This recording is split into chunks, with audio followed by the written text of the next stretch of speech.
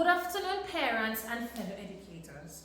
Today, I am honored to share insights on a topic that lies at the heart of all the childhood learning.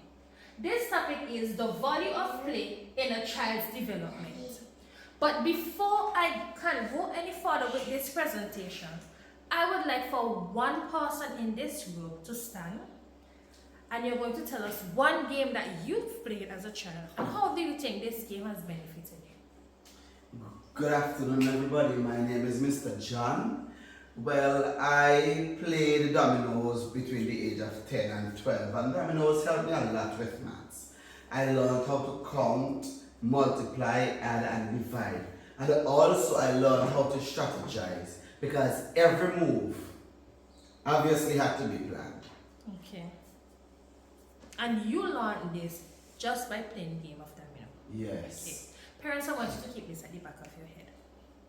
As teachers, caregivers, and advocates of young children, we all recognize that play is more than simply recreation. It is the foundation upon which growth, learning, and discovery are built. In this presentation, we will explore the definition and significance of play, its role as a fundamental right, and how it supports physical, cognitive, and socio-emotional development. We will also consider the educator's role in promoting play, some challenges in today's educational climate, and how we as parents can preserve the child's right to play. Now you might be wondering, what is play? The concept of play has been explored extensively by researchers, yet there is no single universal definition. However, I would like for us to use the definition from Smith 2023, which states, play is a spontaneous, voluntary, pleasurable, and flexible activity involving a combination of body, object, symbol use, and relationships. This definition highlights the active, joyful, and self-directed nature of play. It suggests that play is an intrinsic activity children engage in not for external rewards, but because it satisfies their innate curiosity and desire to explore. For educators, this means that play is not a frivolous pastime. It is a powerful mode of learning through which children make sense of their experiences and the world around them.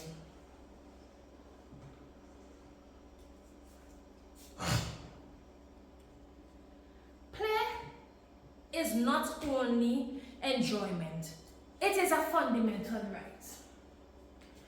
According to the United Nations Convention on the Rights of a Child, 1989, it states that every child has the right to rest, leisure, and to engage in play and recreational activities appropriate for their age. This recognition affirms that play is essential for healthy growth and development. It is through play that children discover who they are, develop resilience, and express creativity. As parents, we must advocate for children's right to play by ensuring that play remains central in all early learning environments.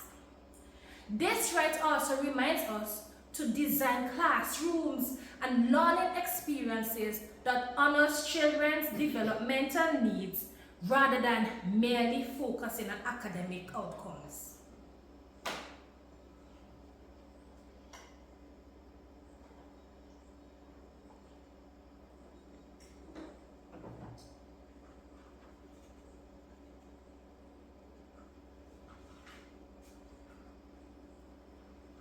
Play as a fundamental right and educational necessity. Play is both a fundamental right, as stated before, and an educational necessity.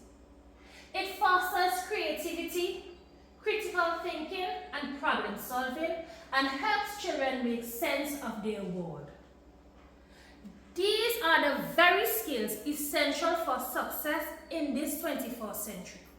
For example, the game of marbles. A child has to think about how to pitch, from where am I going to pitch, so that he or she will be able to strike the marble he or she is aiming at, creatively strategizing his or her next move.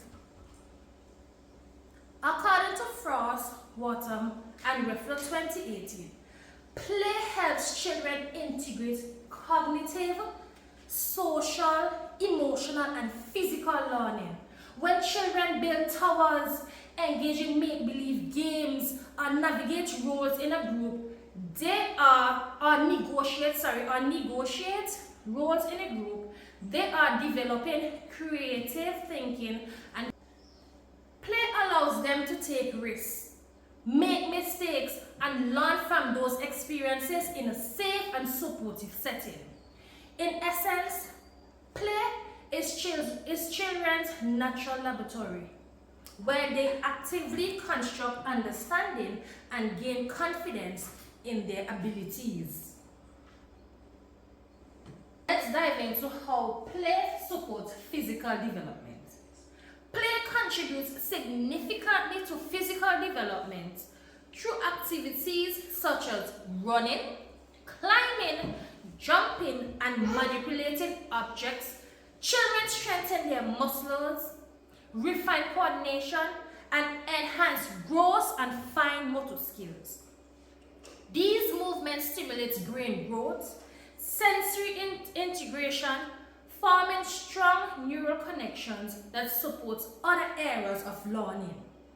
NAEYC 2020. Outdoor play, in particular, provides opportunities for exercise, exposure to nature, and the development of spatial awareness. Moreover, it combats desk-bound behavior that have become increasingly common in today's digital age. So your children, they are not going to be inside. They don't have to always be inside on devices.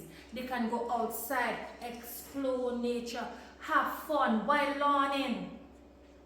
Physical play also encourages confidence and perseverance as children test their limits and achieve new milestones.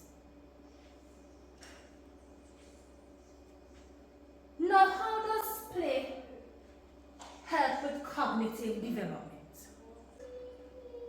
From a cognitive perspective, play is integral to how children learn to think, reason, and understand their world.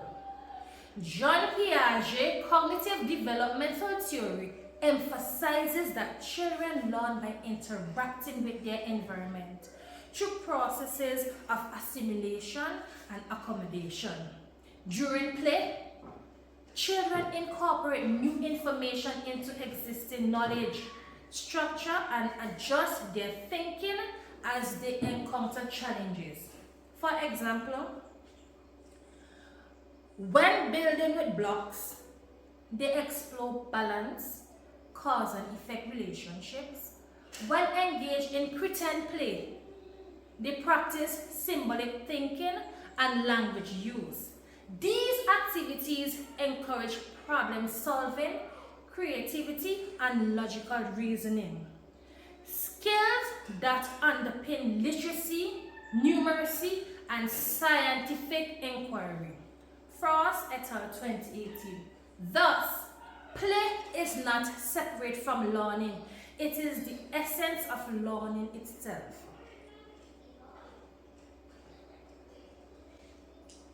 Play and socio-emotional development. How does play affect socio-emotional development? Equally important as the role of play in socio-emotional development, Lev Vygotsky's sociocultural theory posits that learning occurs within social contexts through interactions with others. Play provides the perfect environment for this process to unfold. When children engage in dramatic play, acting out family rules, caring for dolls, or running a pretend store, they negotiate, cooperate, and take turns. They learn to express emotions appropriately, develop empathy, and understand other people's perspectives. This is from Ginsburg 2007. Play also teaches children to self-regulate, manage frustration, and persist when things do not go as planned. These social and emotional skills are critical not only for school success but also for lifelong relationships and their well-being.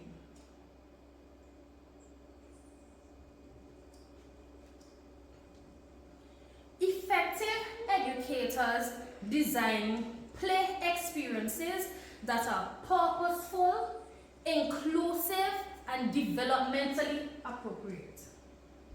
Physical play can include outdoor games, obstacle courses, or dance sessions that strengthens coordination. Cognitive play may involve puzzles, building sets, or science exploration centers that promotes reasoning and inquiry. Socio-emotional play can take the form of role play areas such as storytelling circles or cooperative board games.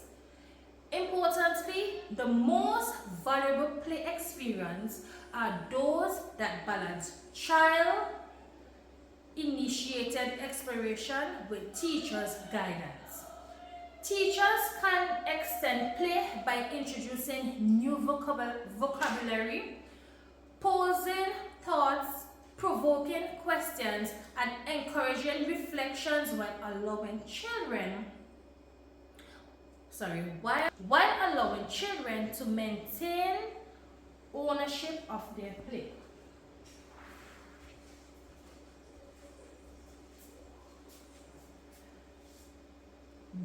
The role of the teacher.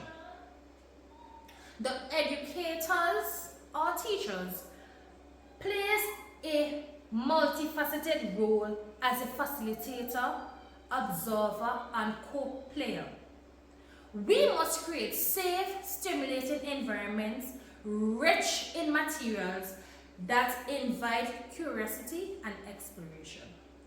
Observing play allows teachers to assess developmental progress and identify emerging interests. By joining children in play, educators model cooperation, language, and problem-solving strategies, thereby scaffolding learning within each child's zone of proximal development.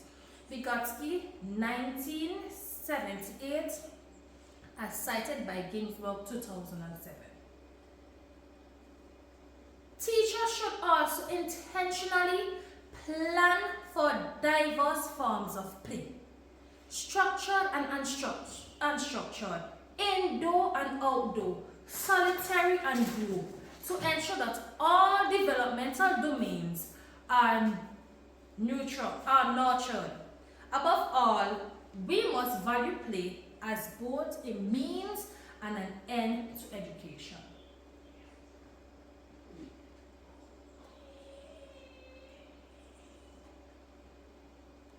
Challenges and advocacy. So, despite overwhelming evidence of its benefits, play faces many challenges in today's educational system. Challenges such as increased academic pressure, standardized testing, and limited classroom space often results in reduced opportunities for play. Ginsburg 2007 warns that overstructuring early childhood education can diminish creativity and intrinsic motivation, Some parents and policymakers still view play as less important than direct instructions, not realizing that play builds the very foundation and emotional skills that formal education later depends on. As educators, we must therefore act as advocates, educating families and communities about the developmental necessity of play, pushing for a curriculum that integrates play-based learning as a core component rather than an optional add-on.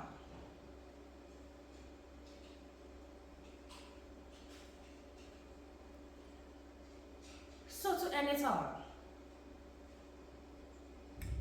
protecting the right to play requires collective effort. Schools can adopt play-based curriculum that align with learning standards while keeping child-initiated exploration at the center.